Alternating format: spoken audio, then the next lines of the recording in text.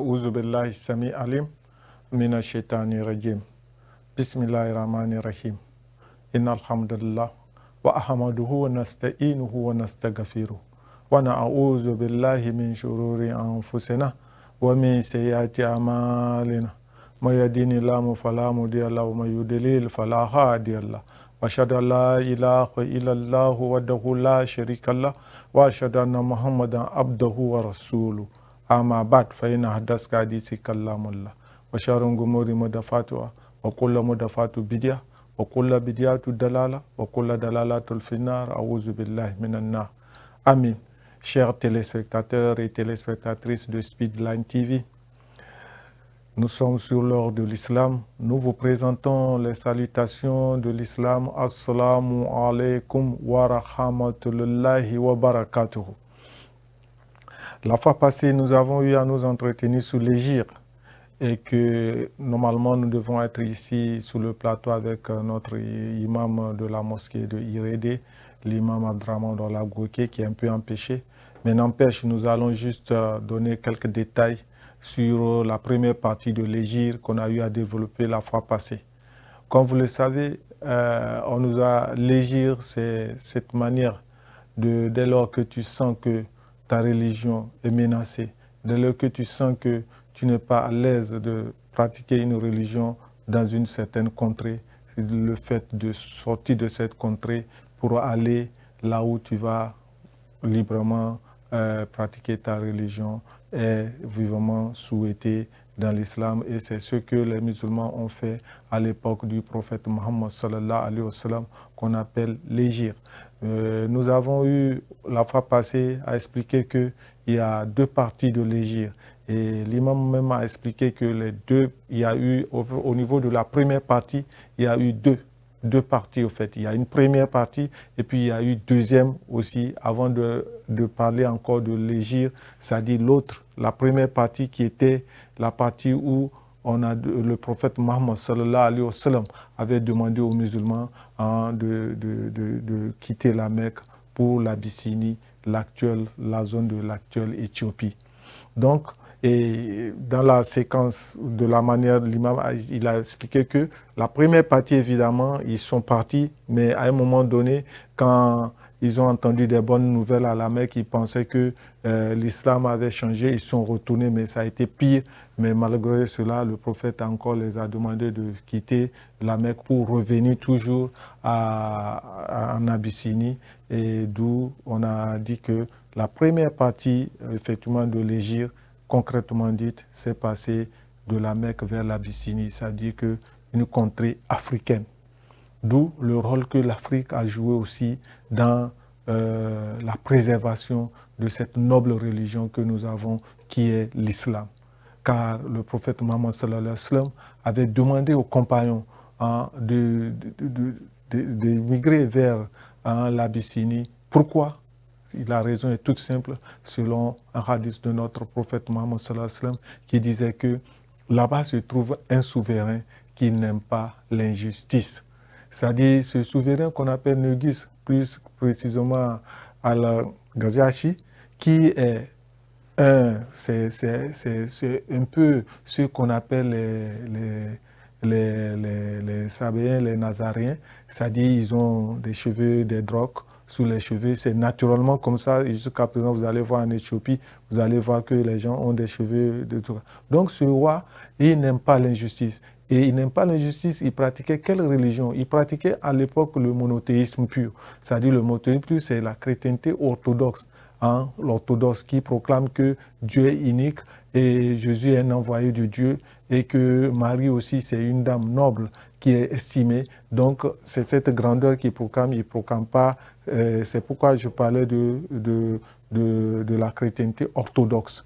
Donc le prophète Mohammed sallallahu alayhi wa sallam avait demandé aux compagnons d'émigrer vers cela et vers l'Abyssinie, qui était une terre quand même d'asile qui permet quand même aisément aux musulmans d'aller. Et effectivement, ce roi ne les a pas trop gênés. Au contraire, il les a donné cette aisance d'être libres, d'être sous sa terre et de pratiquer cette religion-là en toute quiétude. malgré effectivement, comme vous savez, dans tout, il y a des mauvais conseils. Il y a, malgré effectivement certains qui étaient des hypocrites qui entouraient le roi, qui voulaient que ceux-là soient retournés aux émissaires de la Mecque qu'on a envoyés pour les récupérer et aussi certainement les menacer, les faire mourir. Mais le roi a refusé. Il dit jamais qu'ils n'ont pas encore enfreint à la loi du pays et que ce qu'ils proclament comme religion, l'islam, n'est nullement une religion qui est menaçante. Au contraire, ce n'est qu'une bonne religion, d'où Allah subhanahu wa ta'ala encore fortifié l'islam par cette partie de l'Hégire-là qui a permis à une bonne partie de venir vers l'Abyssinie et de rester avant de retourner à la Mecque pour que la deuxième partie de l'Hégire que le prophète Mohammed sallallahu alayhi wa sallam avait demandé aux compagnons de rejoindre Médine. Donc, en réalité, le prophète Mohammed sallallahu alayhi wa sallam, lorsqu'il demandait aux compagnons d'aller vers le Négus, c'est-à-dire Al-Gajashi, son nom, c'est son nom, d'aller vers là-bas, que c'est un roi qui n'aime pas l'injustice. Pourquoi? Parce que ce roi aussi a été victime des manipulations, des complots, et que c'est Allah subhanahu wa ta'ala seul qui l'avait sauvé et qui l'a installé au trône. Parce qu'il y avait un roi qui était au pouvoir à l'époque en Abyssinie, c'est-à-dire en Abyssinie, et ce roi-là n'a que ce seul enfant. Et ce seul enfant, il aimait trop. Maintenant, les gens, il y a un de ses frères qui a aussi beaucoup d'enfants, et que ce roi-là, maintenant, les gens ont proposé à ce qu'on assassine le roi au pouvoir pour que le frère-là vienne au pouvoir et que lui, il a beaucoup de descendance. Mais bien que celui qu'on a proposé ce complot ne voulait pas réellement, mais l'entourage fort l'a poussé à faire ce macabre délit, d'où ils ont tué le roi au pouvoir. Maintenant, quand celui-là s'est installé, quand il s'est installé, il était sous le trône. Quand un jour, il y avait la foudre qui était venue foudroyer le roi, qui était, malgré cela encore, ce même roi aimait trop l'enfant. Il aimait trop le petit roi, mais à un moment donné, la foudre était venue foudroyer ce roi-là qui était sous son trône. Maintenant, qui prendra le trône? C'est une mission difficile parce que tout le monde fuyait. Maintenant, de conciliabule, ils ont compris que la seule personne qui peut pouvoir prendre ce trône est ce Négus-là, Al-Gajashi, et ils sont allés le chercher pour l'installer au trône, bien qu'il n'avait pas aussi l'âge qu'il faut, mais pour pouvoir vraiment sauvegarder, parce que personne ne se hasardera à se postuler sur un trône où la foudre est venue foudroyer sur le roi, donc à qui le tout. Donc ils ont eu peur, donc finalement, bon gré, malgré eux, ils sont obligés de venir chercher ce jeune pour l'installer au niveau du trône. C'est pourquoi le jeune dit, c'est pas vous qui m'avez installé, c'est Dieu le Tout-Puissant qui m'a installé sous mon trône. Donc c'est en cela que le prophète Mohammed sallallahu alayhi wa sallam disait, voilà, allez-y, vous réfugiez sur le territoire du Négus Al-Gajashi parce que c'est un roi qui n'aime pas l'injustice. At-Takbir, Allah Akbar. D'où ce roi, lorsque la première délégation était arrivée, effectivement, était arrivée vers lui, il y a les courtisans du roi, ils se sont posé la question, mais ceux-là qui sont venus, mais qu'est-ce qu'ils veulent en réalité? Ils se sont posé la question, ils ont dit l'objectif de leur mission, mais malgré cela, les Mécois, les polythéistes, Mécois, les Kouréchistes ont envoyé une délégation expressement pour pouvoir amadouer ce roi-là, de telle sorte qu'il puisse leur remettre cette délégation-là, afin qu'il puisse les anéantir. Mais maintenant, quand ils sont venus vers lui avec des cadeaux et autres pour pouvoir l'amadouer et qu'il puisse quand même leur remettre la délégation, il dit niet, il faut qu'il écoute réellement qu'est-ce qu'on les reproche en réalité. Ils ont dit que les autres profanaient leur divinité, ils faisaient des choses, ils peuvent créer la rébellion chez lui, tout et tout. Il les a invités. Et lorsqu'il les a invités, c'était qui était à la tête de la délégation. Lorsqu'un des invités, c'est Jafar al-Amrou, qui était à la tête de la délégation. Et quand on l'a invité, le roi lui a donné parole. Il dit, mais qu'est-ce que c'est-à-dire, qu'est-ce que vous professez comme religion? Parce qu'on est en train de vous condamner, d'amener de la zizanie et autres au niveau de l'Empire. Qu'est-ce que vous proclamez? C'est en ce temps que Jafar a pris la parole. Il dit, nous, notre religion, notre messager, le messager de l'islam est Mohammed sallallahu alayhi wa sallam, qui est le sceau des prophètes et qui le proclame seulement adorer un seul Dieu, ne lui ajouter rien du tout, n'allez pas vers l'associationnisme, éviter le polythéisme, et que il a eu la révélation, cette révélation qu'il a eue, c'est le Coran, qui est la parole d'Allah. Et c'est en ce moment que le Négus Al-Gajashi lui a demandé, mais quel est le fait, qu'est-ce qui est réellement dit? Dites-nous un peu une partie du Coran. Il faut nous lire une des sourates du Coran. C'est en ce moment que Jafar a pris la parole et a commencé à réciter la sourate Mariam. C'est-à-dire, sourate Mariam, c'est une sourate qui parle de Marie. Et c'est le seul chapitre du Coran, c'est-à-dire la seule sourate qui a le nom d'une femme, qui est Marie. Donc, il y a dans le Coran une sourate exclusivement qui est destinée à Marie. Et quand Jafar est en train de réciter la sourate Marie, Al-Gajashi a commencé par pleurer. Il a commencé par pleurer parce qu'il a compris que cette parole ne venait que du Créateur tout-puissant, Allah subhanahu wa ta'ala. Il pleurait sous son trône parce que lui-même il a été éprouvé. Il pleurait sous son trône et c'est en ce moment qu'il a juré. Il a juré par tout ce qu'il dit, même si vous me donnez tout l'or de ce monde, je ne vais pas vous livrer ces personnes-là. Car ils n'ont rien fait de mauvais, ils n'ont que proclamé la parole de Dieu, ils n'ont que proclamé la justice divine. Donc je ne vous les livrerai pas. C'est cela qui a consacré effectivement que cette délégation, ils sont retournés sans avoir leurs captifs qu'ils avaient l'intention de prendre, c'est-à-dire ces compagnons qui ont fait l'égir en Abyssinie, ça veut dire en Éthiopie. Et ils étaient restés là jusqu'à ce que le prophète, à un moment donné, a encore donné l'ordre aux gens de ne plus d'émigrer maintenant vers, comment on appelle ça, d'émigrer vers Médine, qui est la dernière destination de l'Égypte, comme vous le savez. Et c'est à partir de cette date de l'Égypte au niveau de Médine que nous comptabilisons maintenant l'année, on parle d'année égérienne. Donc en réalité, juste c'est un petit rappel pour que les uns et les autres comprennent au fait quel est le rôle. L'Afrique aussi a joué un rôle prépondérant dans cette religion qui est l'islam.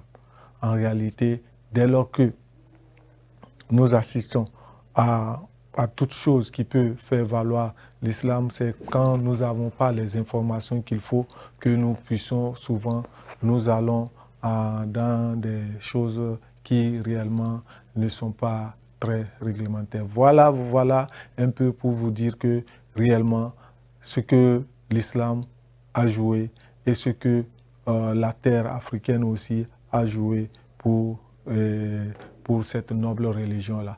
Et en plus de cela, si on veut encore aller loin, c'est pour vous dire que la terre africaine, comme d'autres le proclament avant, aujourd'hui d'autres le proclament pensant que c'est une terre du polythéisme. Non, non. La terre africaine, c'est une terre du monothéisme. Ça a été approuvé par l'Abyssinie qui détenait à l'époque vraiment un souverain qui croit en l'existence d'un Dieu unique, qui croit en la révélation et qui croit à la révélation de l'Évangile sous sa forme authentique et qui en réalité, on les appelait les Nazaréens, c'est-à-dire c'est ceux-là de la zone de l'Éthiopie et autres, cette partie-là que vous savez.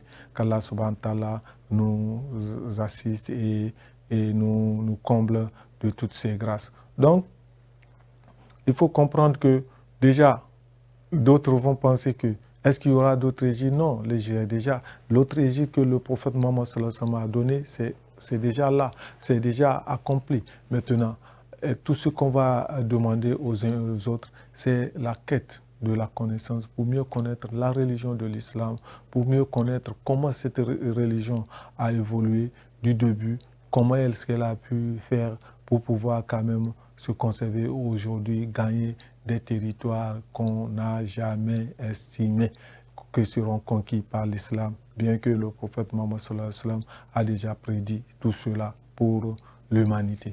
Qu'Allah subhanahu wa ta'ala nous assiste. Donc, l'Égypte, la première partie de l'Égypte, ça concerne la terre africaine.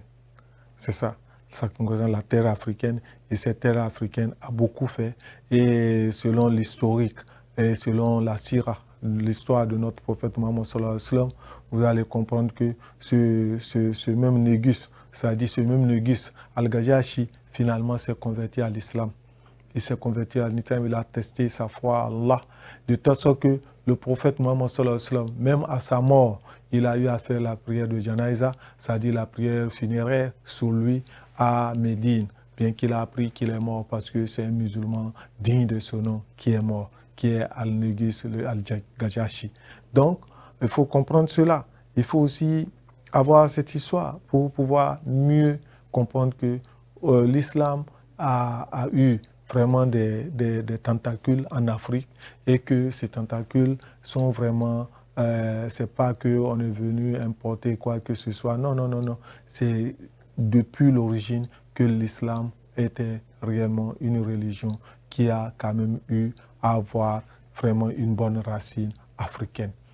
Donc, avant même sa mort, ce Négus a joué encore un autre grand rôle pour celui-là qui a facilité l'égir, la première partie de l'égir à l'islam. Il a joué un grand rôle parce qu'il y a eu une des épouses du prophète Mohammed sallallahu alayhi wa sallam, que c'est ce Négus-là qui a même payé tout ce qu'il faut à l'époque pour que cette dame-là puisse être, parce qu'elle était sous le territoire de l'Abyssinie. C'était la fille effectivement de Abu Sofyan.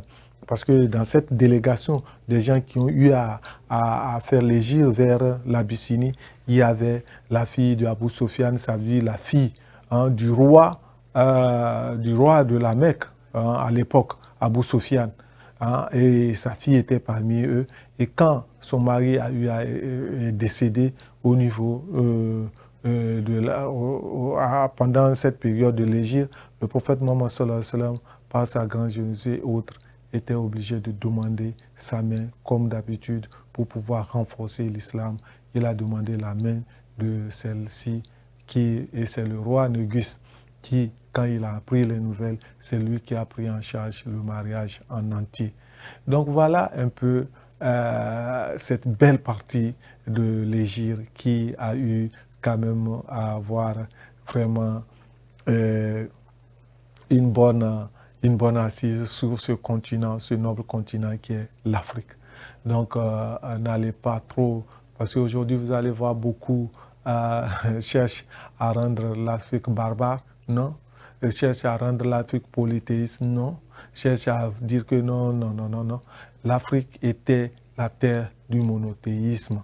Qu'Allah subhanahu wa ta'ala nous assiste et qu'il comble des grands avantages. Qu'Allah subhanahu wa ta'ala bénisse ce grand homme qui est le Négus, Al-Gajashi, pour son œuvre, qu'il agrée tout cela et que cette terre puisse encore être plus noble que cela avec le temps.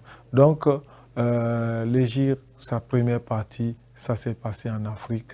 L'Afrique a joué un très grand rôle pour cette noble religion qui est l'islam. Et ça a permis à l'islam de se fortifier. Ça a permis à l'islam de se fortifier. Donc, nous devons vraiment rendre grâce à Allah pour cela. Et vous allez constater que même malgré cela, il y a eu plusieurs Africains qui étaient sortis de cette zone et autres qui, bien qu'ils ont été captifs pour l'esclavage, n'adoraient pas de fétiches, mais ils adoraient le Dieu unique. Ils ne sont pas dans l'associanisme. C'est l'exemple de Bilal, qui fut quelqu'un peut-être dans la zone du Soudan et autres, qui était noir de peau. Comme vous savez, même le Négus était un peu noir de peau, il n'était pas clair. Et comme vous savez, et c'est eux qui étaient les vrais détenteurs de ce qu'on appelle l'évangile dans sa forme orthodoxe. Qu'Allah subhanahu wa ta'ala nous assiste et qui nous comble. Donc nous allons inviter les uns et les autres de bien savoir que la partie de l'Égypte concerne l'Afrique est vaste et que c'est pourquoi nous avons eu le temps de revenir pour donner les petits détails par rapport à ça et que, Inch'Allah, avec le temps, nous allons progresser dans la deuxième partie, très certainement à seul ou bien avec l'imam qui sera vraiment heureux d'être avec nous et continuer cette partie-là. Qu'Allah subhanahu wa ta'ala nous assiste et qui nous comble de ses grâces. Allahumma ghifril muslimin wa muslimat wa mu'minin wa mu'minat ala ahya minhum wa ala amwat. Allahumma salli ala Muhammad wa ala ali Muhammad kama sallaita ala Ibrahim wa ala ali Ibrahim wa barik ala Muhammad wa ala ali Muhammad kama barakta ala Ibrahim wa ala ali Ibrahim fil alamin innaka hamidum majid. Qu'Allah subhanahu wa ta'ala assiste tout un chacun de nous, qu'il ouvre le chemin de la prospérité à tout un chacun de nous. Ceux-là qui sont dans des épreuves, qu'Allah subhanahu wa ta'ala les change ces épreuves-là quelque chose de meilleur. Ceux-là qui ont des besoins, qu'Allah subhanahu wa ta'ala les accorde ceux-là. Ceux-là qui sont dans des projets autres, qu'Allah subhanahu wa ta'ala, par sa grande générosité, qu'il soit l'assistant, le coaching et qu'il soit celui qui sera leur guide et le facilitateur, pourquoi pas les moyens financiers, le pourvoyeur de moyens financiers, car il est à Razak, le pourvoyeur de moyens financiers pour que les projets puissent accomplir pour tout un chacun.